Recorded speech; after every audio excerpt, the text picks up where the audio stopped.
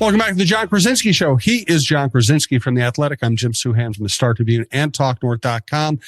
We are coming to you from the Aquarius Home Services studio. It's Scott for Aquarius Home Services. Yep, Jack Frost is back, and he's not just nipping at your nose. He's eyeing your furnace and those leaky faucets, too. Don't let him crash your holidays. Call Aquarius and get $98 off any plumbing or furnace repair. Enjoy your holidays and let Aquarius take care of your home service needs. Schedule today at AquariusHomeservices.com. Aquarius, earning the right to be recommended. We'll tell you about all of our sponsors later. We appreciate everybody who supports the show, whether by watching or advertising with us. This weekend, we're recording this on Wednesday morning. This weekend, Jon is going to be headlining a show at Headflyer Brewing, one of our longtime partners. Jon, tell us about the show. Yeah, Jim, we've been doing these shows at Headflyer for a long time now, and they're always a great time. And I'm really excited about this show on Saturday at Headflyer for a couple of reasons. First of all, we have two great guests. We have Chris Finch will be there starting at 4:00. And he's going to, kind of do a Q&A talk for about 30 minutes. And then after Chris Finch comes and goes, Bones Hyland is slated to join us as well and talk about his path to the Timberwolves, about his rising role with the team and just like so much of his very, very interesting story. So a really cool opportunity for Timberwolves fans to be up close and personal with the head coach of the team in the middle of the season, with a very important player in the middle of the season. And as everyone knows, if you go to Headflyer Brewing in Northeast Minneapolis, the tap room is wide open. We have a stage set up right at one end. And I mean, you're literally feet away from Chris Finch and Bones Hyland. We're going to have great conversations about the season, about all sorts of other things. The other part that is going to be really cool about this show is that, right around the holidays, we are going to be kind of using it as a food drive as well. We are, the Headflyer and Talk North and the Jon Krawczynski Show has partnered with Second Harvest Heartland, all season long during sales of Crunch Time beer. A portion of the proceeds go to benefit Second Harvest Heartland, but then also if you show up on Saturday with food to donate, then you will get a buy one, get one beer, at Headflyer. So not only are you going to be able to show up and have some great Wolves conversation with two amazing guests, but you'll also be able to do some good deeds and kind of help out with food security issues right around the holidays, which is always just an acute need in this community and elsewhere. So come on out to Headflyer Brewing on Saturday, December 20th, 4 p.m. Show start. Probably get there early to get yourself a good seat. Chris Finch, Bones Hyland, and all benefiting Second Harvest Heartland and food insecurity here in the Twin Cities. That's fantastic. I always say this, Chris Finch doesn't have to do this. No. Greg Popovich was not going to local podcasts and breweries and hanging out. This is just another sign of the kind of person Chris Finch is. I really appreciate it. Thank you, Chris. And for Bones Hyland to make time. Also, NBA players it's not easy to get them to do stuff like this. This is tremendous. So thank you to the Timberwolves organization. Thanks to Chris. Thanks to Bones. Usually I MC these shows. My wife and I have a weekend getaway planned. I'm canceling. We're just going to go to that flyer. She'll be fine with it. It's not a big deal. No problem. Just put a beach, inside Headflyer Brewing. We'll put a sun lamp up. We'll pretend we're where we're going to go. No, it's great stuff. Great work for Jon. That's what we call in the business good gets. That's really impressive. So thanks to Headflyer. Thanks to Second Harvest Heartland. They've been doing great work for many decades. And please go and have a great time. You will. If you go, you will have a great time. All right, let's get to some basketball issues here. Bones Hyland, star of Talk North, live podcast, is now playing point guard and doing pretty well. Yeah, it's been a fun story to see over the last several games here now. Basically, what we saw last week was Chris Finch made the determination that Rob Dillingham was, kind of not ready yet for the role that they were trying to give him. And so they moved him out of the rotation and inserted Bones into Rob Dillingham's spot. But then Anthony Edwards and Mike Conley both had minor injuries that they've dealt with and have missed some games. And so that has only elevated Bones's kind of standing and minutes within this rotation. He's been starting games at point guard and playing really well, Jim. He gives this team, I think, what they were hoping to see from Rob Dillingham right away. But Bones is 25. He's just been around longer. He's got more experience and more feel. And so he is playing very confidently. He's making shots. He is finding teammates. He's working hard defensively, working with, trying to limit the turnovers a little bit. But his overall, I think, feel for the game is something that Chris Finch has been really impressed with and is only earning him more faith. And, this is kind of a signing last year when he was signed to a two-way contract. It was everyone kind of like chuckled a little bit. Oh, this is Tim Connolly's, guy. He drafted him in Denver, just kind of throwing a favor to him. But now he's in a position of need and he's playing well. And so he's kind of earning more opportunities here to make an impact and trying to take advantage of them the best that he can. Fascinating stuff. And is this creating more opportunities for Dillingham as well in that backup point guard role? Well, it is right now because Mike Conley is hurt. And so, they're calling it, right Achilles tendinopathy. And so my understanding of it is it's not like a major injury, but it is something that is just requiring some maintenance. And at, his age to have, 3, 4, 5 games off in the middle of the season is probably a good thing. And so, taking him out of the rotation and removing those 20 minutes or so that he was getting does open things up for Dillingham to remain in the rotation. And, we're still seeing Rob Dillingham sort of ride the roller coaster. I mean, kind of against the Kings on Sunday, he played really poorly the first 3 quarters, but then in the fourth quarter made a few plays, same with Golden State.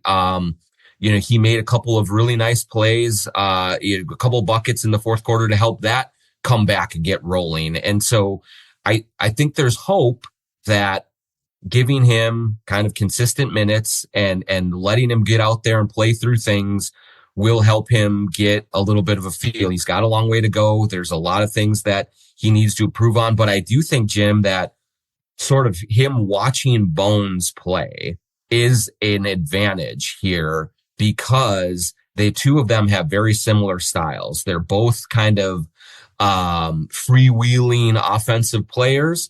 They both are kind of flashy styles and the way that they try to attack.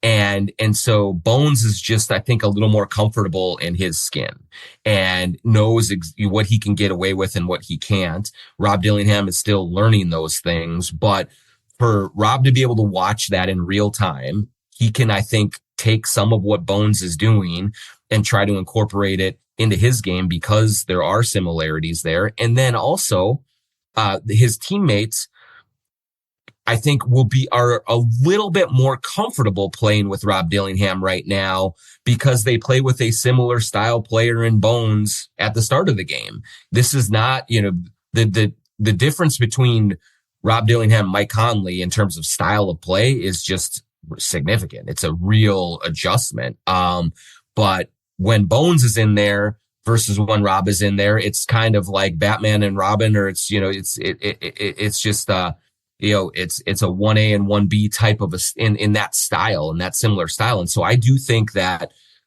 can also help teammates understand and be a little bit more prepared when Rob comes into the game because they're used to playing with a similar style player in Bones Hyland at the start of it. Interesting stuff. They can have this season play out the way they want in their wildest dreams.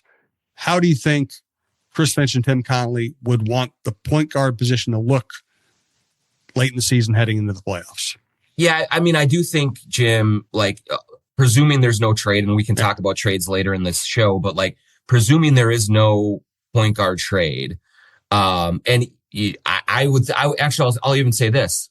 I think that in a perfect world, in Tim Connolly's perfect world, Rob Dillingham and Bones, to a degree, assert themselves enough and play well enough that they don't feel compelled to go out and get a point guard. Is that realistic? I don't know. It may not be realistic, but I think that they were hoping at the start of the season, both Tim Connolly and Chris Finch, that they would see a real leap forward from Rob Dillingham in year 2, that he would be your backup point guard, and you can mix and match Mike Conley in there plenty of times as well when you need him. But but Conley would be more of the crutch, and Dillingham would be a real dynamic element of the second unit with this team.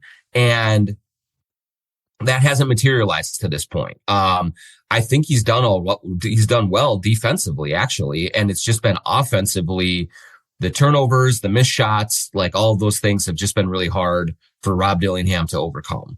And so if by some way, shape, or form, over the course of the next 4 months, that Rob Dillingham just really grows into that role and becomes a spark plug off of the bench that can come in and give you, 10 points and 4 assists in 20 minutes, like that would be outstanding. Or, if Bones can be a consistent player, because that's the one thing you wonder about with Bones Hyland is like, yeah, he's playing really well right now. How long will that last?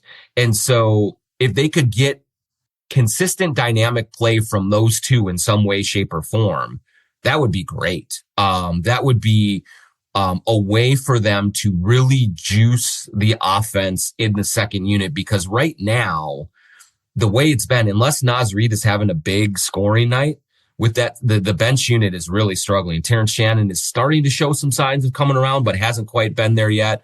And so they need a Rob Bones kind of combination to get out there, get the pace moving, and get up and down the floor and score some buckets. And so, that would be ideal. If not, if it does not happen over the next, maybe 3-4 weeks, I would say, I mean, you're going to see them really start to dive into the point guard market and see if there is someone out there that can come in and just solidify that position a little bit more. So this is a big few weeks for both Rob Dillingham and Bones Hyland to try and kind of show the Timberwolves that, no, we can handle this. Just let us cook this way. Let's talk about Julius and maybe Rudy here in a second. First, we want to take care of the people who take care of us, starting with Lexus, Wayzata, and Maplewood.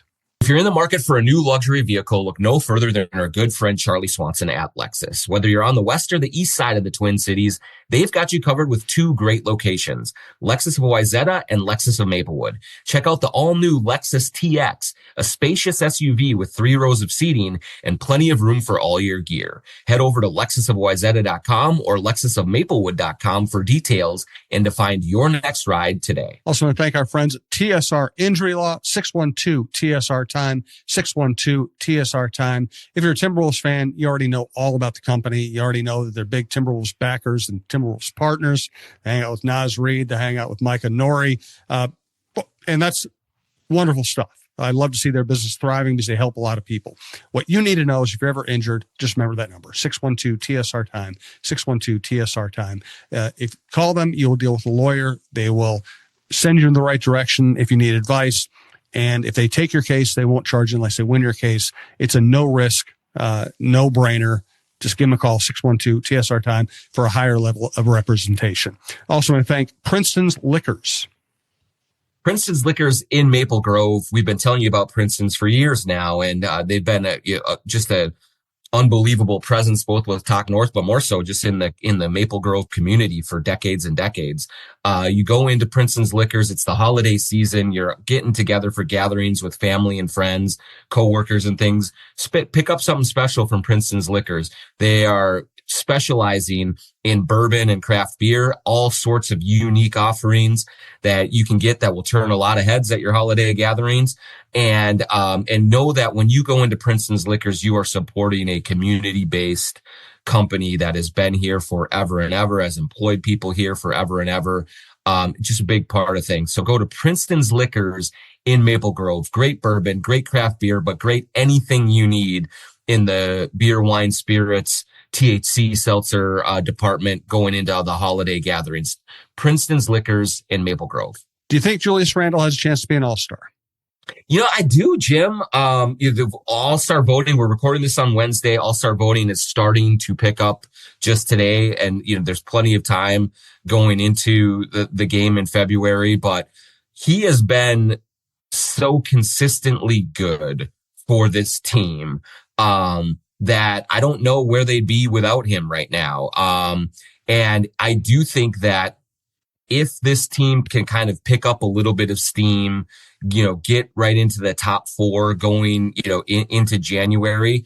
Now you are talking about getting 2 guys to that event, and Anthony Edwards obviously will be one of them. But Julius Randle, the way that he's playing, the way that he's been so consistent, the way that he's scoring and passing and facilitating, the way that he has started to pick up his defense with Naz Reid in the second unit, he's just been really invaluable for the Timberwolves so far. And the kind of one of the coolest things about this whole thing is, is how happy he seems to be here. And he was at the Wild game the other night with his sons.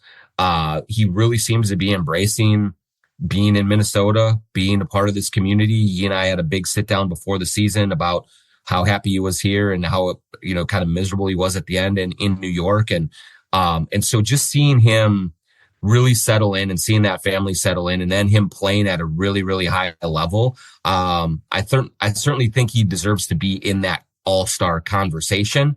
And I think some of it will probably depend on just how much success the Wolves have wins and loss wise, over the next 3 weeks or so, 3 or 4 weeks, when the real voting is getting going here. Remind me why he was miserable at the end of New York.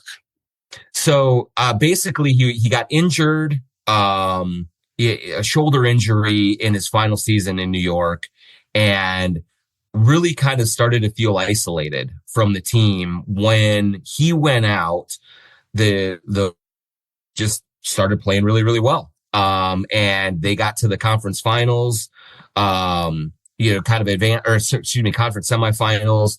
Dante DiVincenzo was a big part of that group, and they played really well and really kind of energized the city and had a lot of success. But Randle was out with a shoulder injury and kind of watching from afar. And, I think that he felt like some of the discourse around that was that, well, Julius was a problem here, and it didn't, and he was holding them back. And, that obviously was not the case, but in that kind of the way that those narratives can kind of spin, I think he felt a little stung by that. I don't think that the Knicks were incredibly inclusive in keeping him involved in things, as he was kind of on the outside looking in. And so I just feel like he felt like he was being left behind, and he had given a lot to that organization, especially in the early years, really kind of building it up from a really struggling franchise into a playoff team.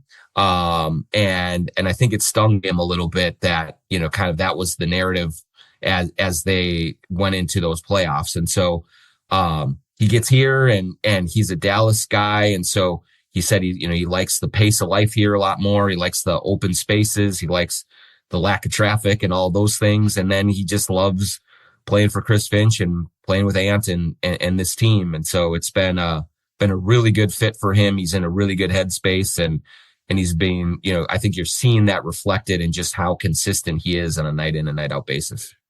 Rudy's been interesting lately. He's had some really big offensive games. He's had some really efficient offensive games, and he's not doing it because he's getting, Mike Conley running the pick and roll and lobbing it to him 8 times a game. He's kind of found other ways. Take us through how all that has evolved. Yeah, I think that it has been noticeably different, the force that he is playing with around the rim. And I think one of the big frustrations with Rudy Gobert's game over the years, certainly in Minnesota, has been this kind of softness that he plays with on occasion at the rim in terms of like when he's trying to grab offensive rebounds, he's just like tapping it with one hand and trying to control it that way and not getting it. He'll often be right at the rim and just lay it up softly on the glass and it'll miss. And you're like, dude, you're 7'1", like play with some muscle and put these guys under the basket. And what we are seeing on a more nightly basis now with Rudy is he is grabbing the ball with two hands and he is dunking the ball with authority. And I have not seen him play with this level of force at the rim offensively since he's been here, certainly. And I asked Chris Finch about this maybe 10 days ago or so. And one thing he said was that he just feels like his balance and his base underneath him are as good as it's ever been. And so he is being able to play through contact and kind of just use his strength in a way that he was not able to do earlier. And so it's given the team a big lift to get, I was in Golden State for that game on last Friday, and he had 24 points and 14 rebounds. And I mean, he was just annihilating a team that had no center. So if you don't have a center against Rudy Gobert right now, I mean, it's going to be a long night. And so you can also see, Jim, with the way that he is playing at the rim that way and the way that he is kind of racking up these dunks, his teammates are now starting to trust him more, and they're now passing the ball to him more and trying to get him involved in the offense differently than just him getting the table scraps of an offensive rebound and score. And so that's been a big development for them. And when Rudy is involved offensively, then he's usually better defensively as well. He was great earlier this week against Sacramento. He was great against Golden State. His presence has been on both ends really, really good. And we have to give congratulations to him. He just had his second baby, a little girl. And so I think he's probably in a good mind state that way. And going into, they play Oklahoma City on Friday night. That's going to be really interesting because so far when he's struggled, it's been against really good teams with really strong big centers. And Oklahoma City has that. And so we'll see if he can take now the domination that he's had against lesser teams into a game against a heavyweight opponent, literally on Friday night. Let's talk about how the Wolves are doing overall and talk about Ant and his injury. First, we do want to thank True Vision Institute. True Vision Institute in Bloomington. I mean, if you guys are running late on a holiday, a Christmas gift for someone, and you have the means, man, think about going to getting them something with True Vision and having LASIK surgery, because it is a complete life-changing experience. You go to truevision.com, set up a consultation, go in, get yourself to kind of just absorb all of the knowledge, all of the caring, all of the warmth at True Vision. And they will set you up and get you going in the right direction on your vision correction. I've had it now for a year and a half. It's been amazing. I still see great. And it's just made my life so much easier. So go to truevision.com, set up that consultation, go in and see Dr. Chug, see everyone involved at True Vision in Bloomington. You will not regret it. It's the best thing I've done for myself in a very, very long time. Thanks also to Royal Credit Union. There are many reasons to open a smart checking account at Royal Credit Union, including no monthly fees, no minimum balance, and a $250 bonus. Getting your $250 is easy. Open your account by December 9th. Receive 2 payroll direct deposits of $200 or more, and you'll get a $250 bonus. See details and open your account today at rcu.org/getchecking. No minimum balance required to obtain bonus. Offer ends 12/9/25. Insured by NCUA. And finally, we want to, as always, hear about Shepherd Goods and Lamb Chops clothing line, who are also sponsoring Twitter question for later in the show. SGLambchops.com is the place to go. JONK20 for 20% off anything you can get there, and you can get a lot at Lamb Chops. Unbelievable casual wear, hoodies, sweatpants, sweaters, pants, shorts, t-shirts, hats, all of it at Lamb Chops. Super stylish, You can wear it out on the town on a Friday night. You can wear it lounging around your house, just kind of hanging out, wrapping presents, watching TV, and chilling out. It is so versatile, but super high quality. Jordan and Craig and everyone at Lamb Chops has built another local company that is really embedded in this community that we love supporting. And they just make really cool stuff that you're going to see. If you go to Target Center and you're wearing Lamb Chops, you're going to be, at the front edge of fashion. And so, go to sglambchops.com. The promo code is JONK20 for 20% off. Anything that you get at Lamb Chops, start looking good and feeling good with Lamb Chops. I know a lot of Timberwolves fans, and they seem constantly perplexed and anxious about this team. They don't like the slow starts. They don't like, the play way Chris Finch beats out playing time. They worry about collapse and all this. I see listen, I'd love it if they played better in the first half, right? We'd all love it if they played better in the first half and made things easier on themselves. But, as we talk here, they 17-9 with Anthony Edwards having missed a few games because of injury. It's not perfect. But it's not exactly sky is falling stuff. And at least in my view, what do you think?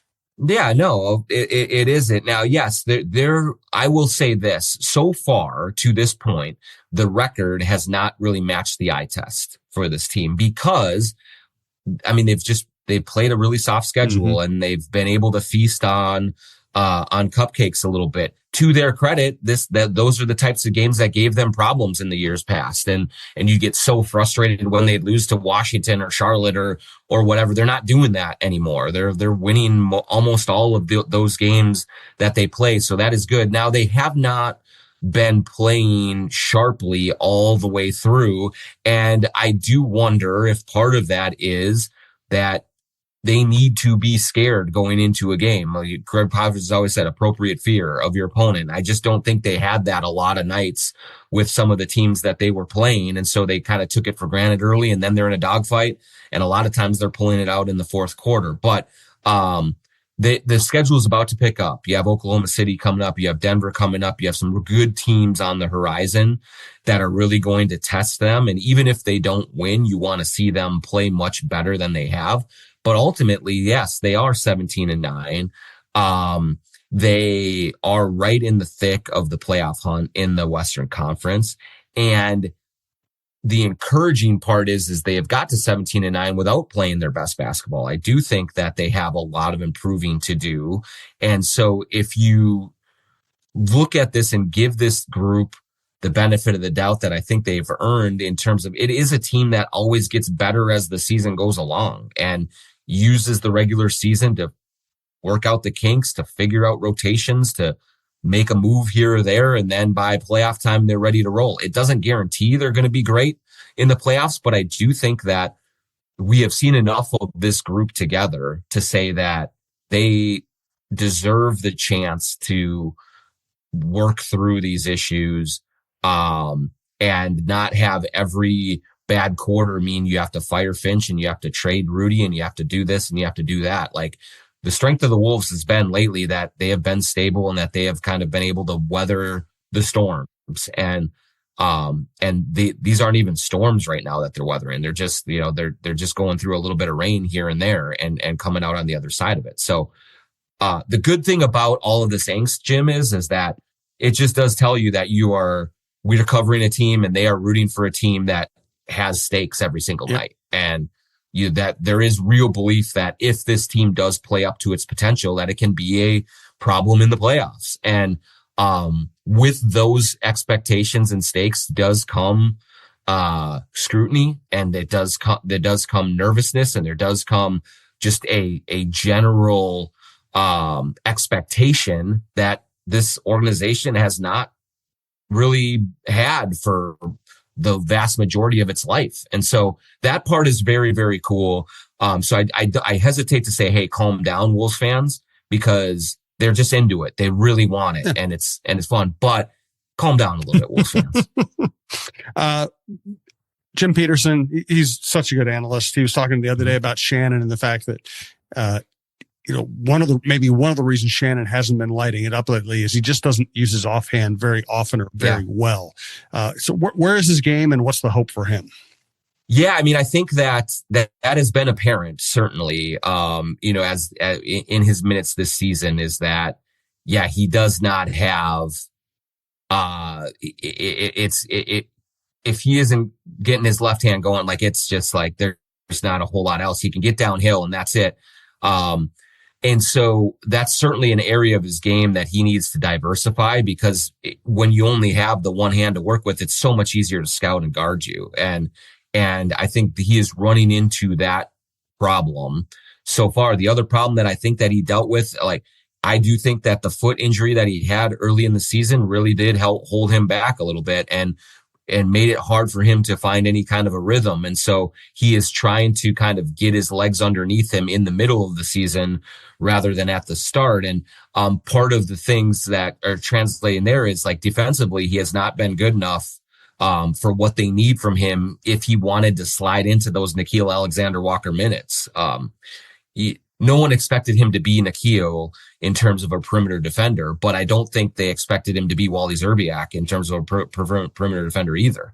And so they need just him to be able to up his physicality and his attention to detail on that end as well, so that he can be on the floor to get out in transition, to get to the rim, and to hit the occasional three-pointer that really does help this team when his offensive game is clicking. But it's a little one-dimensional right now, and that needs to improve for him to continue to earn 18, 20 minutes, somewhere in that area, even 15 minutes a night, for a team that is really trying to win a lot of games here. Just this morning, the Twins announced that Tom Pohlad is going to be replacing Joe Pohlad as basically the controlling owner of the Twins, or whatever the phrase is. He's basically going to be the owner in charge of things on a day-to-day basis. Also announced that Craig Leopold is going to be a minority investor, and George Hicks is going to be a minority investor. Tell us about George Hicks. Yeah, George is he's been involved with the Timberwolves now for a little while. He's with the Alex Rodriguez and Mark Laurie group as a limited partner there. And you will see him, he's courtside all of the time. He and his son Johnny sit, and are at every single game, if not every game. One of them is usually at every single game. And they're really into it. They are big time sports fans. I think George's statement with the Twins was that he's, kind of been a lifelong baseball and Twins fan. He went to Gustavus Adolphus College, so he's one of us, kind of thing. And I've been able to chat with him and Johnny a lot at games, and really good guys, like really very invested in trying to bring a winner to the Twin Cities, and first in the NBA, and now with the Twins as well. And so we'll see. It'll be interesting to just see like how that impacts the way that Twins ownership group operates, because man, do they need new blood? Do they need some kind of injection of energy that way? And I think I don't anticipate George is going to be like making decisions and doing those things, but he's involved and he's financially involved. And I think that'll be a big help for what they're doing over there. Interesting. Any change might be good with the Twins right now. Good Lord. Let's get to our Shepherd Goods and Lamb Chops Clothing Twitter question of the week. Yeah, this one comes from Ben.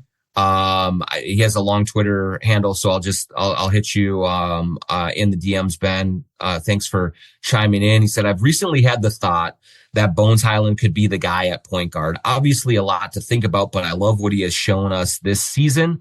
Not necessarily meaning that he's the point guard for the next 10 years, but could see him being the bridge guy for a bit. Thoughts? And I mean, Ben, it's something that you can't rule out right now for a couple of reasons. One is like just the lack of options right now in terms of who else is available. I mean, with Conley injured, with Rob Dillingham still finding his way, the opportunity is there for him right now.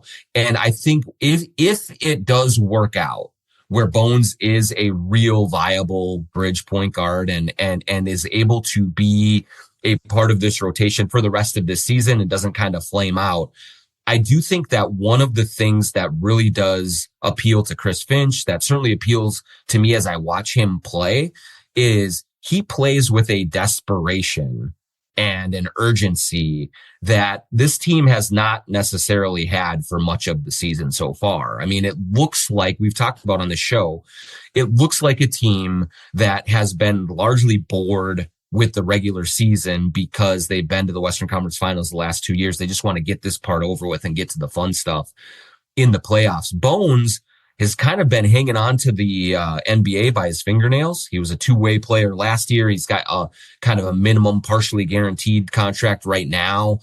He had really a lot of talks with teams in Europe over the summer, and it was possible that he was going to have to go over there and not even play in the NBA this year. And so, you see the way that he is playing. It's with a real hunger to prove himself and to show that he belongs. And there was a moment in the game against Sacramento on Sunday where he got the ball kind of on a long rebound and semi-transition, and the only person in front of him was Keegan Murray. And he went right through Murray's chest to the basket and scored. And it was like, okay, like this is the kind of intensity, the kind of toughness, the kind of like just overall desire that this team needs. They needed a jolt, and Bones Hyland is giving it to them. He knows that he needs to play well or else he's going to be out of the league. And so that hunger and that desperation, I think, is translating well so far. We'll see how he does against better opponents and as the season goes along. But right now, just the energy that he is playing with, I think is much, much needed for a team that has had too much of a malaise, especially at the starts of games. And so, yes, Ben, if he does become at least intermediate term answer at point guard, that's going to be what does it for him, is just that overall intensity that he's playing with. And he can shoot. He can shoot. Yep. I mean, there's been a few times already where it's a no hesitation, pull the trigger, 3-pointer that you're like, you know what? Rob's passing up that right now, just with the way his confidence is and where things are at. And Bones is aggressive and confident in everything that he's doing out there. And that does really make him dangerous for the opponent. Whereas I think you see opposing defenses really sort of like laying off of Rob Dillingham. It's daring him to shoot. They're not going to do that with Bones, because Bones will make it, and he will take it and he will make it. And that's really important for the overall ecosystem of this offense, and making sure that he has some gravity to him to open up things for Julius, to open up things for Ant when he's back, DiVincenzo, all of these guys. That's really helpful when you have someone that you have to fear, in those moments when the ball's in his hands. Yep. Great stuff, Jon. I really wish I was going to be at the show on Saturday. Sounds like it's going to be great. I just want to, this will be my last time talking to this audience for a couple of weeks. Just want to thank everybody for watching. I want to thank all of our sponsors for supporting this show and the network. We've grown a lot. We only grow because of our sponsors and our listeners and our viewers. So thank you. Thank you so much. Jon, hit us one more time with the details and timings of the Headflyer show. Yep. Saturday, December 20th, 4 p.m. at Headflyer Brewing in Northeast Minneapolis. Chris Finch will be starting right at 4. Bones Hyland will come after that. We'll have some giveaways. We'll, bring in some food items to donate to Second Harvest Heartland, and you get a buy one, get one, beer, from Headflyer. Going to be a great show. It's 4 p.m. I would suggest getting there early to get yourself a good seat if you want to make sure you're kind of near the stage and everything. But we're going to have a great time. We'll do those interviews with Finch and Bones, and then I'll have some time for some Q&A with the fans afterward. And so really looking forward to it. Hope you all turn out and kind of ring in the holiday season at Headflyer Brewing in Northeast Minneapolis. Thanks, everybody. We really do appreciate it. Have a great time at Headflyer, and we'll be back with you here in a couple of weeks.